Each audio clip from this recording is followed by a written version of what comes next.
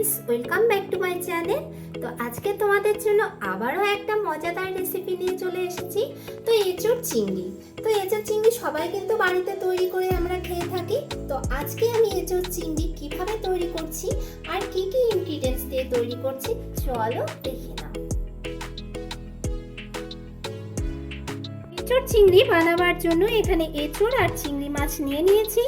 এঁচোড়টাকে সুন্দর করে ভালো করে খোসা ছাড়িয়ে ডুমো ডুমো সাইজ করে কেটে নিয়েছি।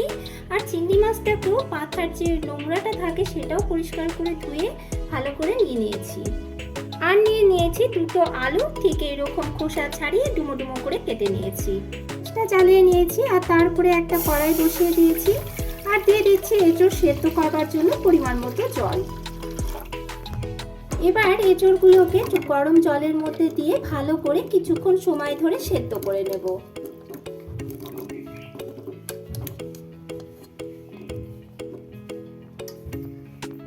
এঁচোড়টা সেদ্ধ করবার জন্য দিয়ে দিচ্ছি সামান্য পরিমাণে একটু লবণ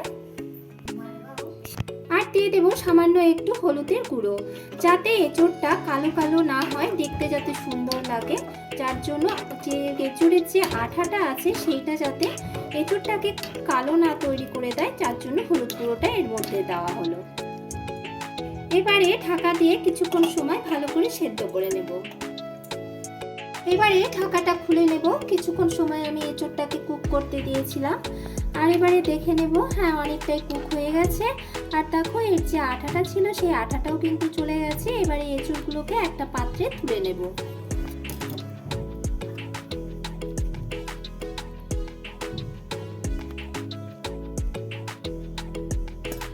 চিংড়ি মাছটি আমি লবণ হলুদ দিয়ে দিয়েছি। এবার লবণ হলুদ দিয়ে চিংড়ি মাছটাকে খুব ভালো করে মেখে নেব। মাখানো হয়ে গেছে, এবার এটাকে আমি ভেজে নেব। চিংড়ি মাছ ভাজার জন্য দিয়ে দিচ্ছি সর্ষের তেল আর পুরো রান্নাটাই কিন্তু আমি সর্ষের তেলে করব। তেলটা আমি হিট করে নিয়েছি আর দিয়ে দিচ্ছি এর মধ্যে চিংড়ি মাছ। একটা দিলাম, আবারও কিছুটা দিয়ে দিলাম। চিংড়ি মাছ ভাজতে আমরা সবাই জানি, সেই জন্য চিংড়ি মাছ আর ভাজা আমি বেশি করে দেখাচ্ছি না। তো চিংড়ি মাছটাকে আমি উল্টে পাল্টে এইভাবে ভালো করে ভেজে তুলে নেব। তো দেখো চিংড়ি মাছটা সম্পূর্ণ আমি ভালো করে ভেজে তুলে নিয়েছি। চিংড়ি মাছ ভাজার ওই তেলের মধ্যে দিয়ে দিচ্ছি আর একটু সামান্য তেল, কারণ চিংড়ি মাছ ভাজার তেলটা একদমই কম হয়ে গেছিল। এবারে কেটে রাখা আলুগুলো এই তেলের মধ্যে খুব ভালো করে ভেজে নেব। কিছুক্ষণ সময় আলুটাকে উল্টে পাল্টে ব্রাউন কালার করে ভেজে নেব। তো দেখো আলুটাকে কিন্তু আমি একদম ব্রাউন কালার করে ভেজে নিয়েছি। এবারে আলুগুলোকে একটা পাত্রে তুলে নেব।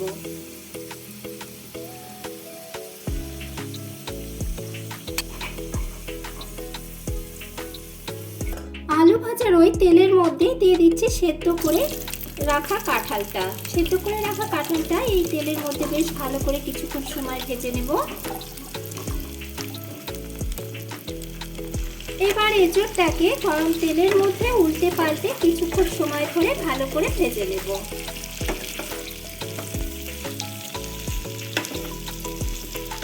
তো দেখো এঁচোড়টা খুব সুন্দর ফ্রাই করা হয়ে গেছে। এবারে এঁচোড়টাকে আমি তুলে নেব।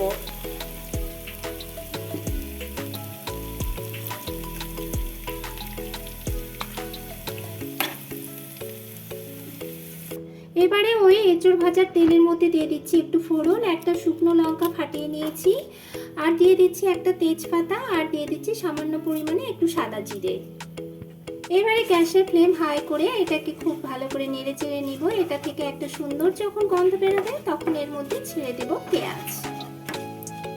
তো ফোড়ন থেকে সুন্দর গন্ধ বেরোতে শুরু করেছে আর এখানে দিয়ে দিচ্ছি 3টে পেঁয়াজ কুচি। 3টে পেঁয়াজ দিয়ে দিলাম আর দিয়ে এবারে তেলের সঙ্গে উল্টে পাল্টে বেশ কিছুক্ষণ সময় পেঁয়াজটাকে ভালো করে ভেজে নেব। পেঁয়াজটা আমি হালকা ব্রাউন কালার করে ভেজে নিয়েছি। এবারে এই অবস্থায় এর মধ্যে অ্যাড করে দিচ্ছি আদা রসুনের পেস্ট। আদা রসুনের পেস্টটা দিয়ে আবারও বেশ কিছুক্ষণ সময় একটু পেঁয়াজের সঙ্গে ভালো করে ভেজে নেব, যাতে আদা রসুনের কাঁচা গন্ধটা না থাকে।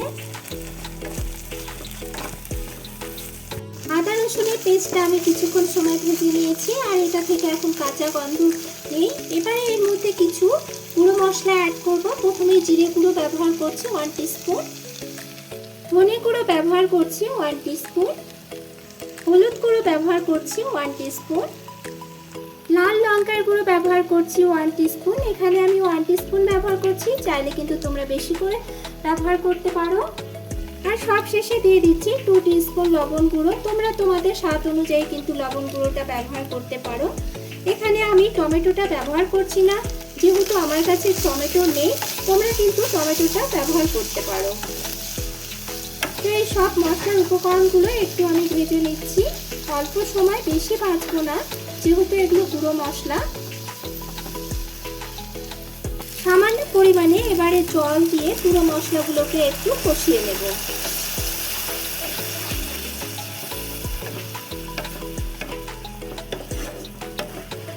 তো দেখো মশলাটাকে কিন্তু আমি খুব সুন্দর করে কষিয়ে নিয়েছি, আর এটা থেকে কিন্তু তেল ছাড়ছে। এবারে এই অবস্থায় দিচ্ছি ভেজে রাখা আলু আর এঁচড়গুলো।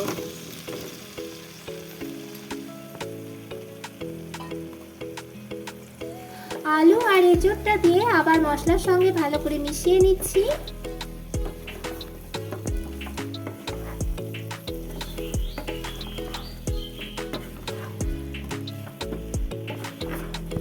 এবারে এঁচড় আর আলুটাকে একটু কষিয়ে নেবার জন্য দিয়ে দিচ্ছি 1 কাপ মতো জল। যত তরকারি কষাবে তত কিন্তু তরকারির টেস্ট দ্বিগুণ বেড়ে যায়। তো এঁচড় আর আলুটাকে আবার একবার আমি কষিয়ে নিচ্ছি মশলার সাথে।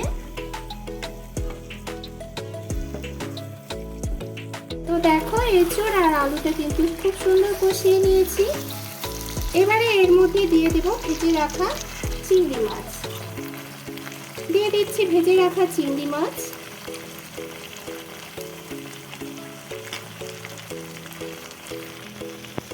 ভেজে রাখা চিংড়ি মাছটা দিয়ে আবার একটু নাড়াচাড়া করে নিচ্ছি।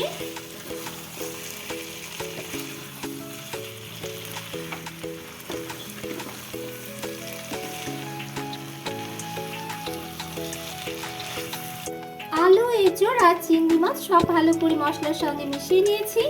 এবার একটু গ্রেভি তৈরি করার জন্য এখানে গরম জল অ্যাড করছি, খুব বেশি করছি না, যেহেতু রান্নাটা গামাখা করব। আর এঁচড় আর আলুটা আমার 90% কুক হয়ে গেছে, যার জন্য একদম অল্প পরিমাণে এর মধ্যে জল অ্যাড করলাম। এবার শুধু ফুটে ওঠার পালা। গ্রেভিটা আমার ফুটে উঠেছে, আর একটু টেস্ট বাড়ানোর জন্য এখানে ডাস্ট চিনির গুঁড়ো আমি 1 চামচ ব্যবহার করছি। আর দিয়ে দিচ্ছি সামান্য পরিমাণে একটু গরম মশলার গুঁড়ো, যাতে চিংড়ি মাছের যে ফ্লেভারটা আছে সেটা যাতে নষ্ট না হয়ে যায়। যার জন্য খুব অল্প পরিমাণে আমি গরম মশলার গুঁড়োটা ব্যবহার করছি। তোমরা চাইলে পরে বেশি করেও ব্যবহার করতে পারো। তো চিনি আর গরম মশলাটা ভালো করে মিশিয়ে নিচ্ছি গ্রেভির মধ্যে। ফাইনাল লুক কিন্তু চলে এসেছে। এবার গ্যাসের ফ্লেমটা অফ করে নামিয়ে নেব।